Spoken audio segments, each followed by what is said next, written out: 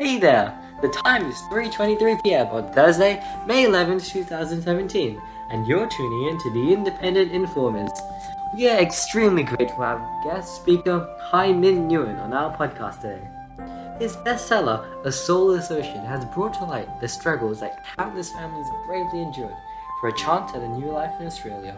Hi Minh, what do you think about Dutton's recent budget media release? It's frankly outrageous. I find it difficult to believe that Australia, one of the strongest democracies in the free world, could implement such an unsympathetic border policy. I can still remember the journey my family took to leave Vietnam. When the North Sea Saigon, they took everything away from us, so we gathered as many valuables we had left and paid for a boat to Australia. For those saying we took the coward's way out, I assure you this was more punishment than escape. Any family I had back in Vietnam are either dead or lost to me. The voyage was heartless, with the waves thundering like the artillery shells back at home. It was as if I had never left. The suffocating winds of salt were overcome by the smell of vomit.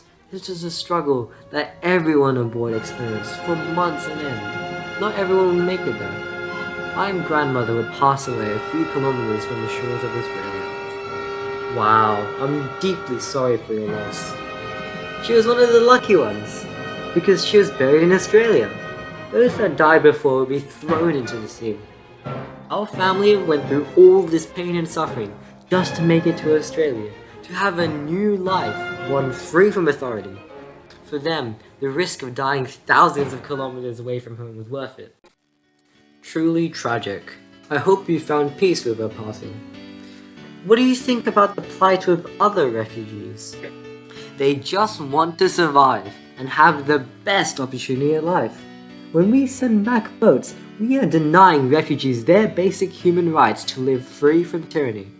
I'm fortunate to have many great moments in my life, but none were as joyous or rewarding when I got off the boat and stepped foot in an Australian harbour.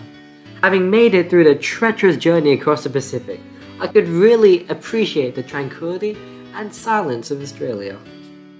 How did you and your family adapt to this new environment? My family had nothing to their name, so we had to work hard to survive, and we did, with a smile on our face, because we knew the alternative was a cold, bitter life as workers under Vietnam's tyrannical government.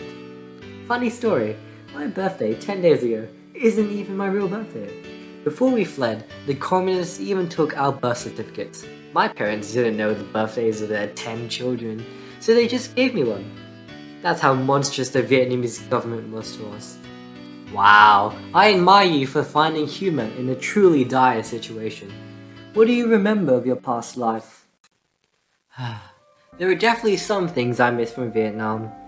If I focus really hard, I can still recall the times when my whole family would sing to me a traditional Vietnamese song. I only have my mother to sing to me now. Sometimes, when I pass by a Vietnamese restaurant, the smell reminds me of my last meal of pho in Vietnam, before all I would smell for months would be stomach fluid and mildew.